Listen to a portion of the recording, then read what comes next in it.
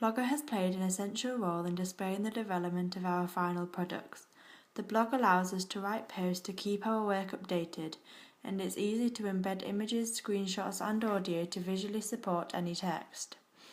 Adding links and embed codes to text paragraphs also helped us to back up points, as it directly links readers to the website or video that we may be referring to, making posts generally read easy. Having an individual blog means that as well as collaborating as a group, you can also showcase your individual research in a way that you choose, whether it be in vodcast or text form. It is an interactive and useful website which can be viewed or accessed by anyone, which helps to further promote our work to a wider audience. The use of links lists also made it easier to navigate the blog, encouraging people to browse through the posts as it appears organised and thorough, and it is more appealing to the audience for browsing. Because we can create it ourselves and directly interact with other users, the website reflects the Web 2.0 theory, stating that we as users collaborate and define the internet in ways that we choose, leading to a user-generated web. It reflects this concept through the ability to comment on posts and leave feedback and to create links leading to any other website that you wish. For research purposes, we used YouTube to study existing music videos by the group themselves, as well as genre-specific and general music videos, to gain a better understanding of the typical and common music video conventions. We found YouTube to be extremely useful, as we could always find what we needed from a variety of sources, all based on one website. This website was also user-friendly and allowed us to gain feedback directly and instantly. We added tags to some of our videos too, to make the videos more widely available to a wider audience, in the hope of receiving more feedback and constructive criticism on rough cuts. DivShare was one of the websites that we used to transfer documents onto our blogs that needed to be uploaded in the correct format. The website allowed us to upload almost any type of file that we needed onto our blogs, and gave a professional, effective finish once posted onto our blogs. When we tried to use it for Word documents, there were no real issues and it worked with ease, but when we tried to upload an audio file, it didn't always work as easy and problems would always occur. Because of these reoccurring problems with audio files, we often used Podomatic instead. After struggles with DivShare, we settled upon using Podomatic. This website proved to be much easier to navigate and work, and because it is specifically designed for transferring audio files, we suffered no problems. We used it mainly for uploading our podcasts onto our blogs, which we found useful for ourselves as the blog holders as well as users, as it added an extra element to the blog and meant that there were no large paragraphs of text to read through, and helped to build a relationship with the audience as it made them feel more involved in our work.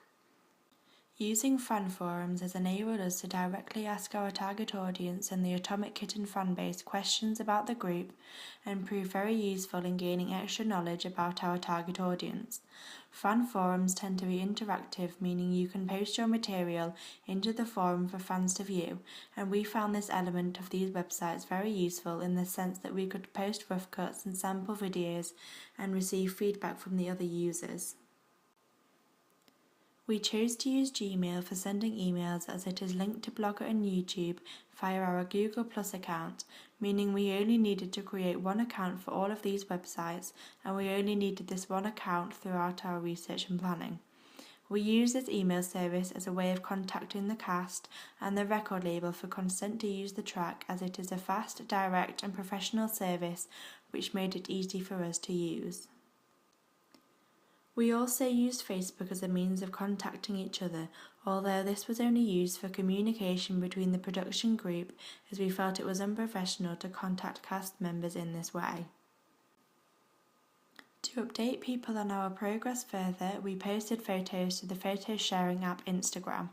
We posted photos of ourselves behind the scenes of editing and filming, so that fans can follow our work and keep up to date with our progress. You can add tags to the photos similar to the use of tags on YouTube, so that when other users search those tags, your photo will appear. This feature makes the photos more available to other users, which will in turn hopefully widen our audience and increase the number of views. As well as adding tags, the ability to like and comment on photos makes the service more interactive, as we can directly interact with our audience. In the past few years, Instagram has become a widely recognized app, being used by both celebrities and ordinary people from around the world, and so we felt that it would be good to create an account and we can easily contact and update both our primary and secondary audience. Twitter is a universally used social networking site, which meant that there was a great opportunity for audience feedback from people across the world and promoting our production to a wider audience. Similar to on YouTube and Instagram, we used hashtags to link and spread our work. Using Twitter has been easy and useful because many people use it, and we've been able to quickly and easily promote our work. As part of our research for the magazine advertisements, we searched on the internet for previous Atomic Kitten group and individual advertisements to get ideas for ours. We also researched where they have appeared and discovered that they have mostly appeared in teen magazines like Now and Look. As well as this, they have also appeared on FHM front covers, which relates to and attracts the secondary male audience. We then searched publication figures for the sales of these magazines towards each age group, so that we had a clear idea of which magazine our advertisements would succeed the most in. Research was extensive for this, as there were many things that would come up in the search which weren't relevant.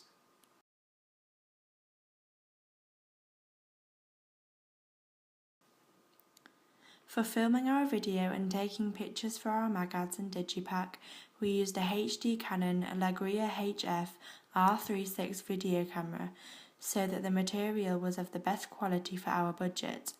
These cameras are reasonably priced, so they are affordable and easily accessible, and they are now more widely used since the process of digitization and are becoming easier to navigate. We had no problem with this camera on shoots, providing that the batteries were always fully charged beforehand. We used USB devices to easily transfer files between each other and computers at home and the Macs at school.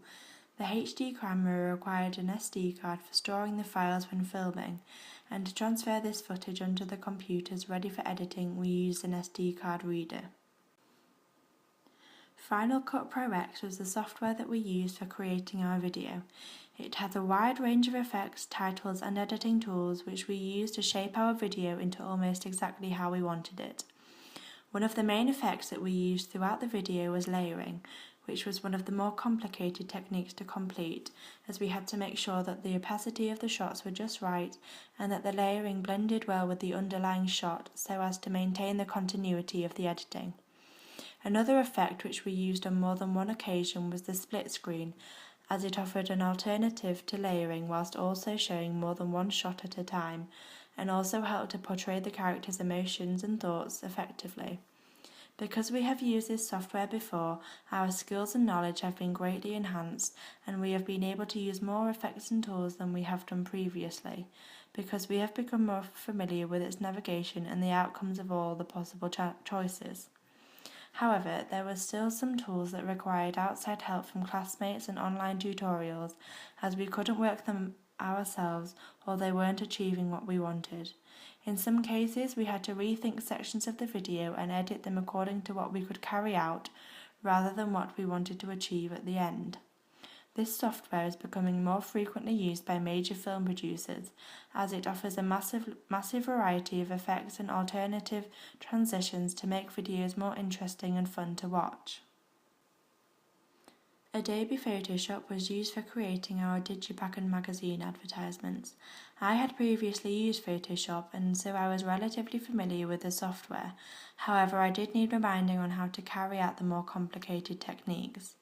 Once I had refamiliarized myself with the different tools and effects, I was able to begin editing our products and putting them all together, and our final products were completed to a high standard because of the capabilities of this software. Because I was already fairly familiar with this software, it didn't take me long to get started. However, some members of our group were confused and overwhelmed by the tools available, and so it took them longer to get used to navigating it. For this reason only, it may not be the most appropriate software to use for such major products if it is the user's first time using it, as it can take a while to get used to. As well as for research and planning, we used YouTube for production and exhibition. The website provided us with a platform to upload rough cuts, sample footage, audience feedback and vodcasts, which we could then embed onto our blogs. YouTube also links to Final Cut Pro, as we could export our videos off of Final Cut Pro straight onto our YouTube profiles, which proved very time efficient. John McMaria analysed content on YouTube and discovered that the most frequently watched videos involved white middle-class men, and that minorities do not tend to be recognised as much. After researching his findings, we decided to promote our work on other platforms as well as YouTube, to make sure that our video was reaching people of all ages, gender, ethnicities and religions.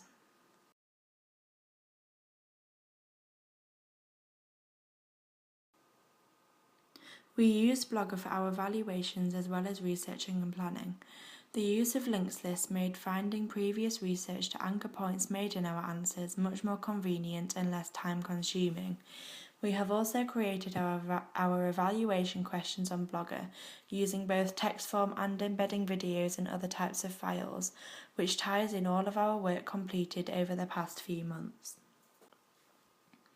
Final Cut Pro was used again for vodcast to be included in our evaluation answers. We recorded ourselves speaking and then dropped this into a new project before adding screenshots and titles so that viewers can easily follow the points being made. Because there is an inbuilt record tool, it made it easy for us to establish these videos, and we have been using it for many other videos that we have created, and so it was simple and quick to put together. To include short clips in our evaluation vodcasts, we used the VLC Media Player. This software was pre-installed into the Macs that we work on, so all we needed to do was open it up and press record. This proved to be very useful as it added an extra visual element into the vodcast rather than straight images, and it can visually demonstrate points being made, making it easy for the viewer to follow. Screen capture has been an essential tool for our evaluation questions. You can download it off one of many sites online, and as soon as it has downloaded, it is ready for use. You open up the screen or image that you want to screenshot, then you simply open up the application and capture the region of the screen that you need. Screenshots have been essential for all the vodcasts that we have created, but for the evaluation questions they are even more important, as we needed to be able to clearly back up our points. Taking screenshots as we have developed our products proved to be very useful and less time consuming, as we already had them when it came to needing them. To add an alternative visual and interactive element to our evaluation questions, we used the online presentation website Prezi. This website allows you to create an interactive presentation where you can state and expand as many discussion points as you wish. You can then create a path which follows the text in a chronological order so that you can present it in an orderly and clear fashion. Once you have created an account, you can create as many presentations as you wish, and they are relatively simple to navigate depending on the amount of text. This website is another example of an online service which reflects the Web 2.0 concept, as it is majorly user-generated and also has the option to share with others so that they can expand and develop the presentation, forming a collaboration. We only use this website for a section in question 1, however, as it can be fairly time-consuming if you're creating a large presentation, and if there is too much text in one presentation, creating the presentation can become rather complicated, and it can be easy to mix up the path which it will follow when being presented. Despite this, it provided an extra technology for us to use which overall proved to work very well.